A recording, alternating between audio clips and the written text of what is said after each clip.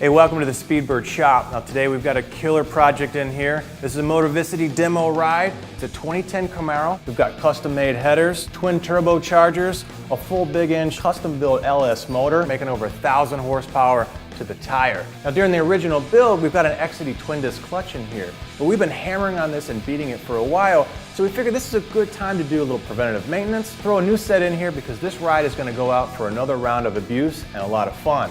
Now let's check out some of our options for Camaros, see what you guys can pick out for yourself, and we'll show you what's going in here.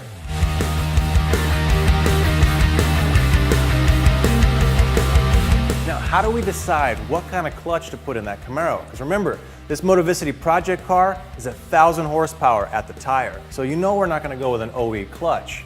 But what I like about EXEDY, they're one of the biggest clutch manufacturers in the world, so you're probably running around with one in your car and you might not even know it. So let's walk past the OE one and let's go to stage one. Now stage one might start to get a little bit more aggressive organic compound on the disc. It's going to have a higher clamp load on the springs. So that's going to give us about 25% over stock as far as performance and torque capability. That's not going to do it for us. So let's look at our stage two. Stage two starts to get more aggressive on the compound. So this is a cerametallic versus an organic as far as the clutch facing. You can see we've got a 6 puck. This thing can handle a ton of heat, a ton of abuse, and with the extra clamp load here, we're about 40% higher performance for this setup here on the stage two. Now again, we're going back to a mega tire blower here, so we're gonna go all the way up to the Hyper Series. This is a twin disc clutch. It's gonna at least double the capacity of our clutch. The other things I like about it, one piece chromoly flywheel. It's lighter, it's gonna spool up quick. We've got a more compact aluminum, solid, stiff setup here for a pressure plate. Again, this thing's gonna have real low inertia.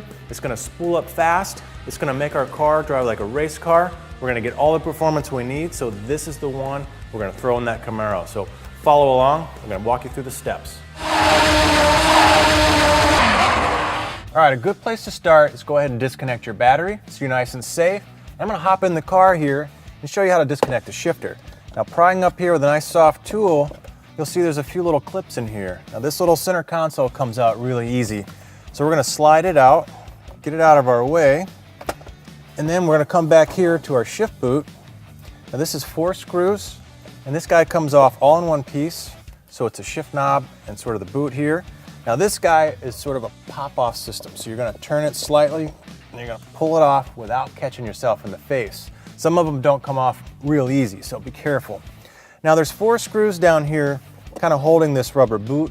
I'm not sure if I need to get to them or not, but since I'm here and they're easy, I'm gonna go ahead and take those out. Then I've got the boot ready to drop down below. So everything else is pretty much gonna happen from the underside. So come on down.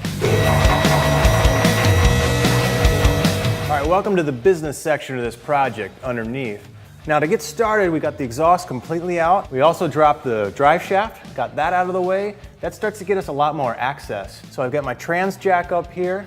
I've already dropped my cross member, so I can now start to angle this thing a little bit. So all I've really got to do right now, finish taking that shifter out. So I'll show you a little bit of detail on that. Now, the first thing, we're going to peel this boot back just to get it out of our way. I can reach up and carefully pop the clips off of one side and push my pin out. Now you see these other 2 bolts here, I'm going to undo those so then I can drop the complete shifter right straight down and get it out of our way. All right, last steps, disconnect anything attached to the transmission. You got a couple of fluid lines, you can plug it if you like. This guy is ready. Try prying apart. Nice and gentle, you can work it around if you need to. Be careful of these surfaces that you don't mess them up, so you can see little spots like this where you can stick tools and not mess up the mating surfaces.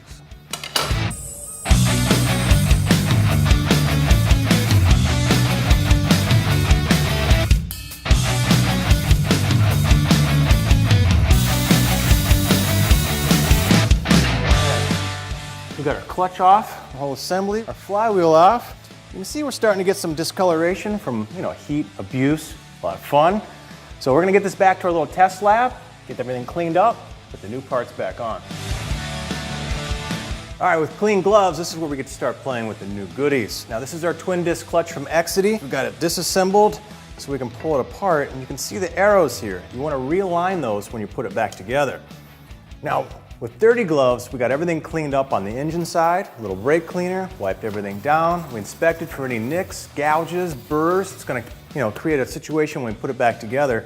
Did the same on the transmission side. So we've got the old throwout bearing or release bearing out. We've got the new one just about ready to go in. But we're gonna do something real quick. We're gonna check the splines. So carefully with clean gloves, we're gonna come over. We're gonna check our splines here. Make sure we float nice and smooth. There's no burrs or anything gonna create a little situation with this guy moving back and forth. And once that's good, I get my throwout bearing in there and I can lube this up a little bit. I'm telling you, a little bit goes a long way. Get it in there, then wipe it clean, because that stuff will fling all over your clutch and ruin a brand new setup. All right, check that out. Our new EXEDY twin disc clutch, ready for another 1,000 horsepower at it. We got our pilot bearing in. We did a final wipe just to make sure everything's clean. We got our new bolts in, red Loctite, just a little bit. We torqued everything down using a cross pattern or star pattern. I like to go in 2 steps when I torque things down. 77 foot-pounds on the flywheel.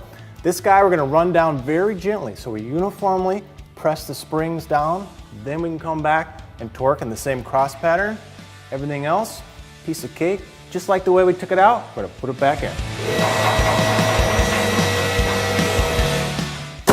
What this means, we've got our hyper clutch from EXEDY in here, our twin disc, ready to handle that 1,000 horsepower. We've got a little break in, about 500 miles. We're gonna keep it under about 4,000 RPM, and then it's go time.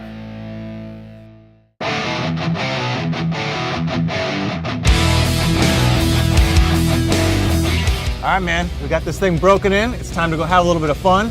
Come along.